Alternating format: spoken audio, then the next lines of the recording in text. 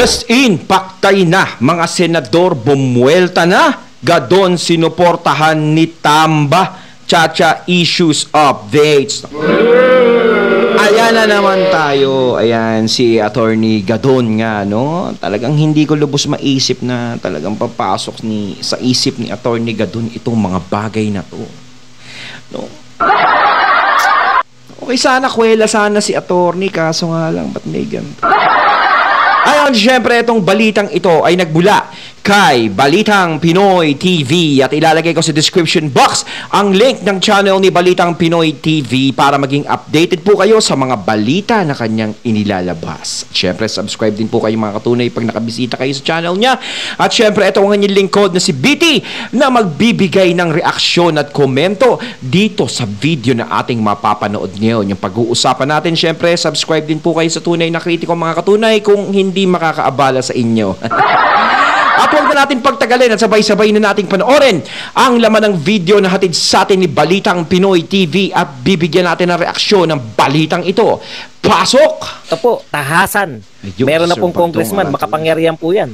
Sabi niya, hindi ako papayag. Sinabi sa atin na economic lamang ang Chacha. Kaya hinihikayat ko si Martin na ibasura. Narito ang Balitang Pinoy TV. Yun ang paniwala nila eh. Diba?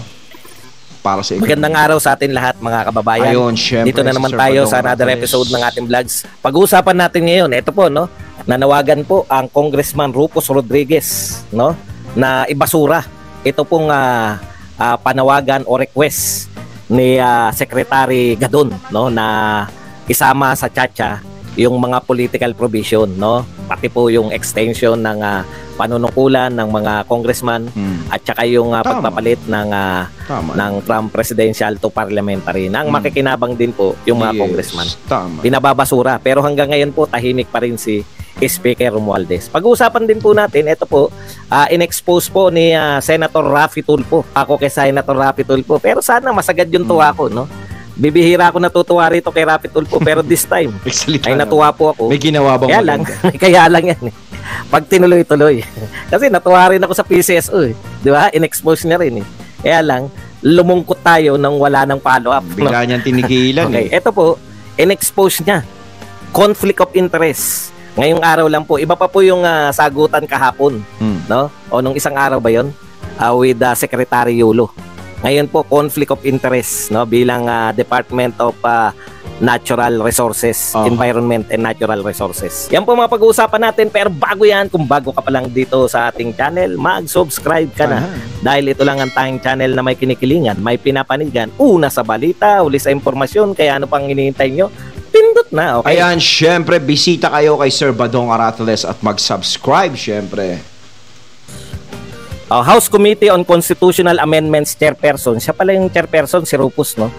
House Committee on Constitutional Amendments Chairperson and Cagayan de Oro, Representative Rufus Rodriguez, urge, hinihikayat niya si Speaker Ferdinand Martin Romualdez to ignore the political amendments proposal of Presidential Advisor Larry Gadon, no? Diretso sa basurahan. Yan po ang gustong mangyari ni Rufus Rodriguez. Ibasura. Ayan, no, diretso sa basurahan. Romualdez urge to ignore Gadon's political reform proposal. No? Basahin natin kung meron siyang sinabi na diretso sa basurahan. I want to make it clear, this administration's position in introducing reforms to our constitution extends to economic matters alone or those strategically aimed at boosting our country's economy. Nothing more. Ayan, Hindi, tama naman yon. Na yung ano na yon, yung gustong mangyari na haluan ng politikal ang pagsulong ng Chacha is napaka mali. Para sa akin, walang maitutulong yon kung pahabain ang termino ng mga nakaupo. Isa lang ang iisipin ng taong bayan dito na natatakot palitan o magiging ang kalalabasan uhaw o takam sa kapangyarihan. Ganun yun eh. No? Ngayon, kung meron talagang nagagawa, no, ang isang naglilingkod, yung ano natin ngayon, nakaupo, Kung nakikita ng taong bayan na talagang matindi yung progresong ginagawa niya sa bansa natin, talagang patuloy tayong umuunlad, patuloy na umaayos ang bansa natin, bakit hindi tayo papabor sa term extension? Kaya walang maitutulong yan eh. 'Di ba? Kasi kailangan natin na mamili talaga ng mga pinuno o mga uupo talaga na alam natin na may maitutulong sa bansa natin. No? Hindi naman tayo pwede na pumayag na lang na sige, mag-term extension sila diyan. Ganto, magpakasasa sila sa kanilang mga pwesto. Paano nga kung ang umupo ay abusado? 'Di ba? Kasi pwedeng gamitin yan para sa, alam nyo na, mga kuraks. Yun, mas madali. Mga ganong term. Diba? Sa akin, sorry po pero yun din ang pumapasok sa isip natin. Kung merong mga abusadong ganyan na nakaupo, is hindi mo kayang palitan, hindi mo mapapalitan. Kasi kayo lang mismo kapag nasawa na kayo sa term nyo, saka kayo bababa paano? Kung hanggat hindi yumayaman, hindi mo mababa. Ganun yun. Diba? Kaya, kung tutuusin, yung term extension na yan, no, na baguhin kung ano yung nakasanayan natin nung una is napakamali kung yan ay itutuloy at itutuloy ipatupad. Kaya ba pilit na isinusulong yan, Chacha, dahil dyan ba? Kasi kung for economics lang yan, wala namang problema. Kung ayaw ng mga tao yan, syempre, kayo na nga iniisipan ng maganda, ayaw nyo pa para sa ekonomiya natin. Pero alam nyo ba kung kinaayawan nila dyan? Yung palaman ng Chacha. Diba? Yung mga term extension na yan. Siyempre, ayaw ng mga tao sa ganyan. Kaya kasi nasabi ko uli, okay lang sana kung yung tao na mag-e-extend, no, na nakaupo, is talagang nakikitaan ng progreso, no, ng taong bayan na, siguro kulang pa yung term niya sa ganito, ganyan, kailangan dugtungan pa natin kasi ang ganda naman ng ginagawa niya 'di ba? Yun. Pero kapag medyo nakakadinig na tayo ng hindi maganda, talagang marami nang dumadaing, di for life na dadaing yung mga dumadaing. Sabihin ni Martin, okay sila 'di ba? Alam naman natin na itong Chacha na to ay patungo po to sa political. No? Ito po, tahasan. Meron na pong congressman, makapangyarihan po yan. Sabi niya, hindi ako papayag. Sinabi sa atin na economic lamang ang Chacha. Kung economic kaya hinihikayat ko si Martin na ibasura. Wala pong reaksyon si Martin. Mabilis po yan si Martin Pag may ganyan pong issue tungkol sa Chacha, nagre-react agad yan. Pati yung mga tao ni Martin, si Suarez, sino yung taga Pampanga? Si Gonzales, tsaka si Dalipe, si Garin. Ang tanong ko, nasan kayo ngayon? Kasi kapag yung Chacha is na-aprobahan, parang parang set up yung mangyayari. Parang wala sa usapan nating may mga pulis dito Di ba? Kunwari magpapalitan sila ng illegal na transaction. Tayo lang mag-uusap. Tapos mamaya may mga pulis sa paligid, di ba? Sinet up ka na. Di ba? Ang pangit ng ganon. Di ba? Parang takot na takot mawala sa panunungkulan, sa kapangyarihan. Di ba? Okay lang sana kung magpatupad kayo niyan is gusto ng taong bayan.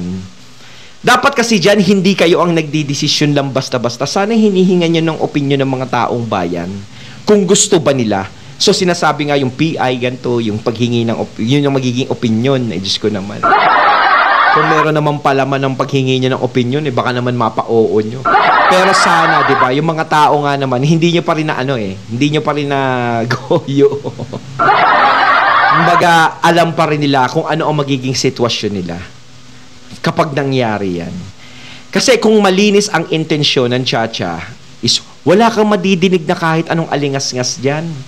Kahit na anong pagkontra ng mga tao o sino man na may ayaw sa Chacha, wala kang madidinig sa kanila kung walang hindi magandang palaman yan. Kaso nga lang, merong palaman kasi. 'Di ba? Kung ang usapan ay o ekonomiya lang, is wala tayong problema.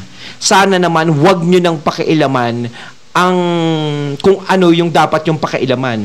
'Di ba yung kinasanayan natin, kung anong iibahin nyo sa batas natin o ano man sa mga pag-upo, yung mga term extension na yan. Huwag nyo na sanang hangarin pa. Kasi hindi maganda eh. Kung gusto nyo humingi ng term extension, hindi maganda ang magiging tingin sa inyo ng tao. Correct. Nagmamanoy obra na si Rufus. Parang ito yung way out namin. Di ba? Ito yung way out ko. Sa pagsuporta. Kasi nagdeklara siya, sabi niya, ang Chacha ay para lang, nung sinusuportahan kong Chacha, para lamang sa economic. Yan yung sinabi ng administrasyon. At wala nang iba. Tanong lang, Rufus, tayo naman, matatagal na tayo sa politika. Ikaw, matagal ka ng congressman. Ha? Hindi lang naging congressman yan, para naging mayor pa yata yan o kung ano pa man ng Cagayan de Oro. Matagal na yan eh. Matagal ng congressman yan. Ako naman, matagal na akong sumusubaybay sa politika, Rufus. Talaga ba naniniwala ka na economic lang yung babaguhin nyo? o way out mo yan? Way out mo yan para, di ba? Kasi, midterm na, malapit na eh. Makaporma na ng way out dito sa bumabagsak na ship ni Romualdez. Nagtatanong lang kasi siya lang yung una nag-question eh. Siya lang yung nagsabi na basura nyo yung question ni Gadon. Parang nagpe-play safe na ba? Matatalino naman tayo, no, Rufus. Hindi naman kasama sa usapan si Jarrett dito. Tayo naman, magagaling naman tayo magsuri lahat, no? Tayo, Rufus, tsaka yung mga congressman. Alam naman natin na hindi naman out of the blue yan. Si Gadon ay biglang haakbang ng ganyan. Sa tingin nyo ba si Gadon? Sarili niyang kusa, out of the blue? Ha? Out of the blue, si Gadon ay magsasabi na isama niyo yung political? Sa tingin niyo, walang bas. Napaka-close po. Kung titignan niyo po si Larry Gadon, no? Napaka-close niya po sa First Family. Di ba? Wala na ngang Napunan nyo ba? Wala, siya yung isa sa pinakahuling binigyan ng posisyon. At dahil walang posisyon, gumawa pa ng posisyon para sa kanya. Wala pang ganyan eh. yung posisyon ni Rufus ni Gadon, parang ginawa yan, krineate yan para sa kanya. Sayang talaga to si Gadon talaga. Nakakatuwa to eh. Lalo na yung mga pagmura-mura na din. Tapos hindi natin lubos. Kasi baka iniisip nga, no? May nakausap kasi ako niyan, kaya daw gumaganyan daw si Gadon. Kasi nga ka-close niya to, 'di ba? Ka-close niya na yung kung sino yung mga nakaupo ngayon. Syempre nga naman baka sa susunod yung iba yung maupo, hindi niya naka-close, mawala na naman siya sa eksena. Ganun yung naging komento nila. 'Di ba ang pangit to, Attorney Larry? 'Di ba na ganun yung nagiging isip sa ng mga tao. 'Di ba? Na ikaw pa mismo din yung nagsasabi na, isulong natin yung political dyan sa chat. Ay, sa chat. Sa chat tuloy. Diba? Okay. Ako, ang basa ko, pinababasura. Teka muna. Ang alam natin lahat, ang alam din na, hindi naman ako, ang alam ko dyan, gusto nyo lang ipasayan. Tapos, pag nagsimula na kayo magkatsa, hindi na kayo mapipigil. Dire-diretso na yan. 88% kasi, ayaw. Ayan na, inaaprobahan na. Pumayag na yung mga tao, pinalabas sila ganyan, naaprobahan na. So, kahit anong gusto nilang gawin, doon sa pinatupad nilang tsa na yan, is magagawa na. Ay, yari na. Prime Minister comes. Ng tsa. Yung mga matagal na sa politika, putya marunong magbasa yan. 88%, hindi po yan 88% na tsa lang. Alam nila yung 88% ayaw sa tsa, 88% ayaw na sa proponent niyan. Kasi kung tutuusin kung walang palaman niyang tsa, hindi na para ipilit yan. Bakit ipinipilit sa kabila na ayaw ng mga tao dyan sa tsa? 88% nga ikamo ang ayaw dyan sa tsa. Bakit patuloy pa rin sinusulong at humahantong tayo dun sa mga usapin, sa mga chismis na lumalabas dun sa PI na nagbibigay ng ganto, ganyan para sa mga pirma ng mga tao? Bakit parang sapilitan yung nangyayari kung wala talagang ibang intensyon ang tsa at ang intensyon niyan ay ekonomiya lang?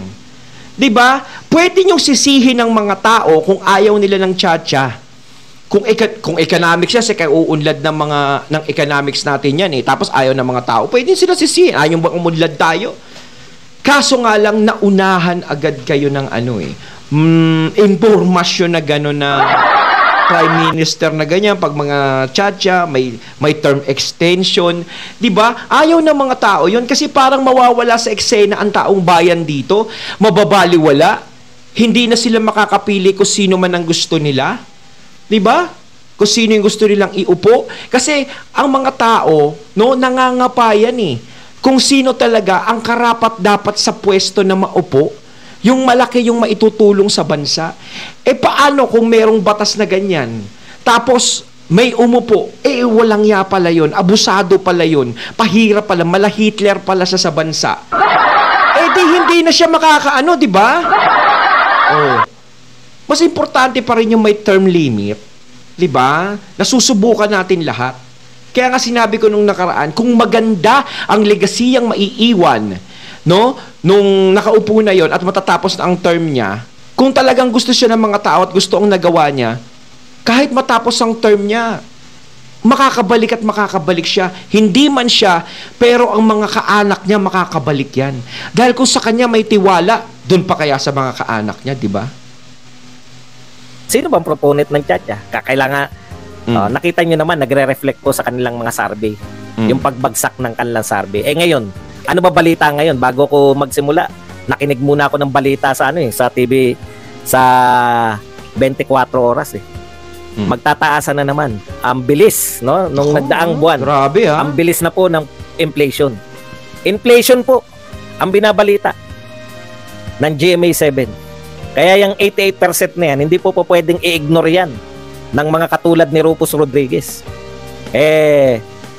Yung mga gusto makasurvive, dapat ganyan ang panawagan nyo. Nagbigay na si Rufus Rodriguez eh. Di ba? To save your face. Kaya lang, wala na talaga.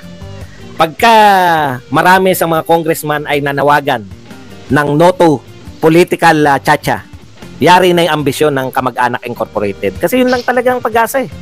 Yun lang talaga yung pag-asa. Never pong mananalo yung 0.5 sa 2028 kahit sabihin yung napakalayo pa niyan. Hindi po yan ikaw talaga kung 0.5 ka, huwag ka na maghangad eh. Kaso yun lang baka mamaya yun lang ang tanging dahilan yun. Tanging ano ba yun? Tanging paraan yung tchatcha. Kakakuha ng sapat na boto. Punta po tayo rito. Mamaya po mga tanong ha. Punta po tayo rito sa kay Tulfo. Alam niyo pa na panahon, bumibilib tayo kay Tulfo. Pero dahil sa may naranasan na tayo, bumilib din ako nung PCSO eh. Okay yan. Ini-expose ni Tulfo yung mga imposibleng tama ng PCSO. Kaya lang di tayo bumilib nung biglang tumahimik eh. Tapos walang resolusyon, no? Wala silang ano yung gagawin? Walang heads mas roll. Yun nga lang yung problema kay Senator Raffy. Doon sa kapag malalaki na yung kalaban, no, talagang ginigisa niya. Talagang nung pag sa una talaga makikita mo, ganun talaga eh. Bakal na talaga. Pero pagdating doon sa may bandang kalagitnaan na biglang mawawala na, biglang maglalaylo. Hindi siya nagdidire-diretso. Diba? Kasi kung talagang matapang ka talaga, kahit gaano ka pang kalaki, babanggain at babanggain kita. Ganun yan eh. Kahit ganong kalaki. Wala kang kinatatakutan hanggat hindi natin nabibigyan ng katarungan ng mga naging biktima niyan. Kayo sa ginagawa nyo dyan, kayo sa PCSO, di ba? Hindi ako titigil. Eto na naman, basahin po. Iba po to sa sagutan sa ha. Di ba, guess na nila si Yulo, nagkasagutan na dyan sa may, para mabigyan lang kayo ng background, ang sagutan nila dyan sa may Chocolate Hills. Chocolate Hills. Yung pa rin yung very technical eh. Sino yung nag-aproba? Bakit na-aprobahan? Dapat tapos na yun. Ipit dun yung diba? Sino yung nag-aproba. Kung na-aprobahan man yan, may nag-aproba man. Kasi ang sinisisi nila, ang ginagawa nila scapegoat, yung mga barangay captain. Sabi kasi ng DNR, kahit kami yung chairman, may barangay captain pa rin. Sila yung mga nakakarami, sila daw yung nagbotohan. Sila, parang sinasabi nila na sila yung halos nagbigay ng hindi makapaniwala yung mga senador sa ganung katwiran. Lalo na ako. Barangay captain. Paano nyo ako mapapaniwala dyan na ganyan ng katwiran, hindi nyo alam? O sige, palagay nyo nang hindi nyo alam. Posible namang hindi alam ng DENR yan. Palagay nyo na naghuhugas kayo ng kamay. No? Wala talaga kayo, mga barangay tsaka local officials lang yung nag-aproba. Anong gagawin nyo ngayon? Protected area. Ang tanong ko lang, sa batas ba pag sinabing protected area, pwede po yung magtayo ka ng resort dun sa pagitan ng mga Chocolate Hills? Lahat naman nagsabi, hindi eh. Kung alam ng barangay captain yan, yung mga barangay doon, alam lalo ng DENR yan. Kaya nga alam ng mga barangay captain dahil sigurado sinabi ng DN. O bakit ang the best po dyan, Kaya alam Kung nila kaya, kung maraming bawal eh. ang hirap po mag-suggest ng ganun ng kung kaya eh. Malamang hindi kaya. The best dyan, kung may illegal structure, buwagin, di ba? Ganun lang yun. Madaling magsabi, no? Kung fans ka ni Duterte, madali lang kay Duterte yan. Sabi nga sa inyo, mas mayayaman yung mga taga Boracay. Bilyonaryo yung mga yun, ilan yung tinastas. Yung kay Pacquiao yata yung isang resort dun. Tinastas din yun. Hindi kayo makakapalag kasi yan yung batas eh. Ayon, at ating natunghayan ng video na nagbula kay Balitang Pinoy TV at syempre natunghayan natin si Sir Badong Aratoles. Ayan ha, kayo mga katunay, ano ang masasabi nyo tungkol dito sa videong ating napanood ngayon at binigyan ng reaksyon? Comment lang po kayo sa comment box. So once again, I'm BT and I'm out. Peace.